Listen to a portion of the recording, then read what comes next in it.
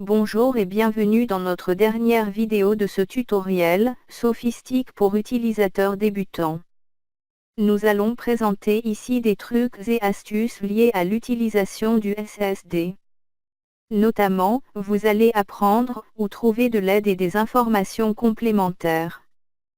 Comme expliqué dans les vidéos précédentes, l'arborescence des tâches reflète le déroulement de votre projet. La plupart des tâches écrivent en arrière-plan un fichier d'entrée numérique dans le langage de saisie sophistique, qui correspond aux informations saisies graphiquement. Si vous souhaitez avoir plus d'informations au sujet des actions que vous avez effectuées dans le SSD, vous pouvez consulter ce fichier d'entrée dans l'éditeur de texte. Vous pouvez maintenant voir les modules effectivement utilisés en arrière-plan de la tâche graphique, ainsi que toutes les entrées saisies pour le calcul. Si vous souhaitez modifier la saisie numérique, vous pouvez transformer la tâche en une tâche utilisateur. Attention! Cette action n'est pas réversible.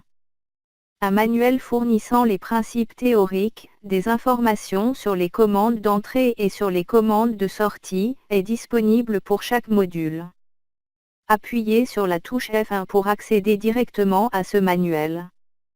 Le manuel le plus important du logiciel est le manuel Sophistique.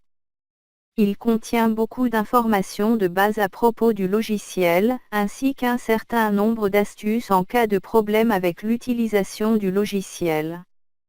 Si vous souhaitez en savoir plus à propos de Sophistique, et particulièrement à propos de workflows complexes, tels que le dimensionnement de ponts, les calculs parasismiques ou les analyses dynamiques, vous pouvez accéder à d'autres tutoriels dans le menu « Aide » de SSD.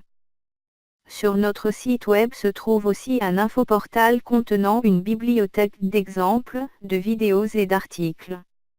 Pour les utilisateurs confirmés, nous fournissons aussi une bibliothèque de fichiers d'exemples réalisés entièrement à l'aide du langage de saisie numérique. Vous pouvez accéder à cette bibliothèque dans le menu « Fichiers » de l'éditeur de texte Teddy. Si vous avez des questions concernant l'utilisation de Sophistique, merci d'utiliser l'assistant de support afin de créer une requête de support. Enfin, Sophistique met aussi à votre disposition deux forums. Un est réservé à nos utilisateurs professionnels, l'autre à nos utilisateurs académiques. L'inscription à ces forums est gratuite.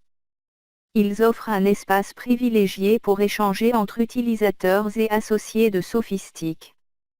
Merci de noter que les requêtes de support ne peuvent pas être traitées dans ces forums.